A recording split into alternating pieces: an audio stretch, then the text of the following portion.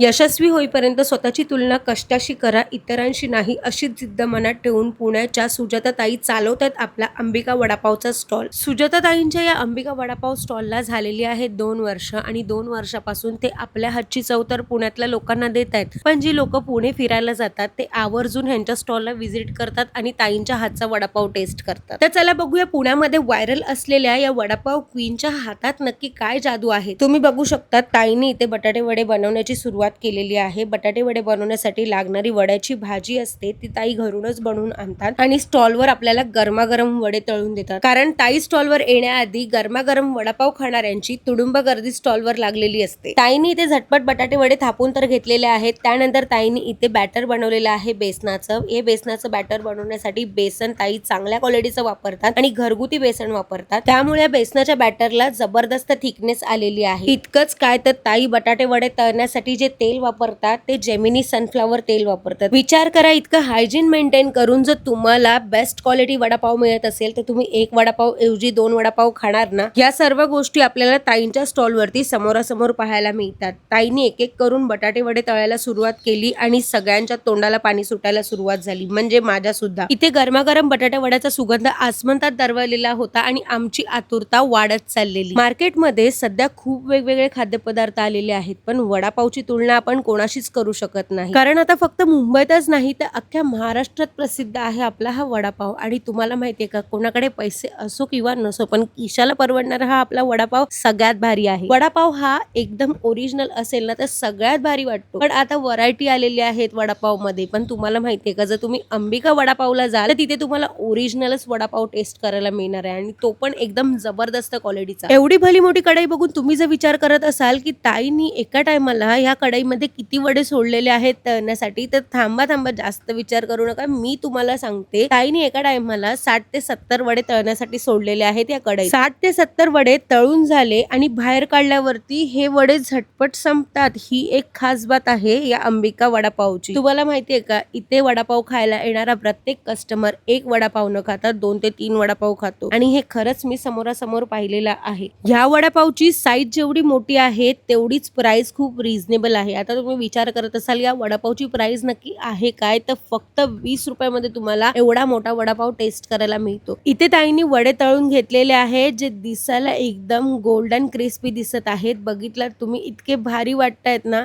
की माझ्या तोंडाला पाणी सुटलेलं आणि माझी आतुरता वाढत चाललेली. आणि मी पण आता इथे एक नाही तर 2 वडापाव नक्की खाणार आहे. बेस्ट क्वालिटी आणि रिझनेबल रेट मधला हा अंबिका वडापाव बघून जर तुमच्या तोंडाला पाणी सुटलं असेल आणि तुम्ही पुण्यात राहणारे असाल तर वाट कसली बघताय, लवकरात लवकर व्हिजिट करा. अंबिका वडापाव जी मॉल समोर, मांजरी हडपसर, पुणे. ताईंच्या स्टॉलचं टायमिंग आहे संध्याकाळी 6 ते रात्री 11 वाजेपर्यंत आणि डेली चालू असतं ताईंचं स्टॉल. मग तुम्ही वाट कसली बघताय, लवकरात लवकर जा. आणि इथे आपला गरमागरम वडापाव तयार झालेला आहे आणि मी या वडापाववर तुटून पडणार आहे. वडापावच्या पहिल्या बाईट मध्येच मी या वडापावच्या प्रेमात पडले. मग तुम्ही वाट कसली बघताय, लवकरात लवकर व्हिजिट करा अंबिका वडापावला.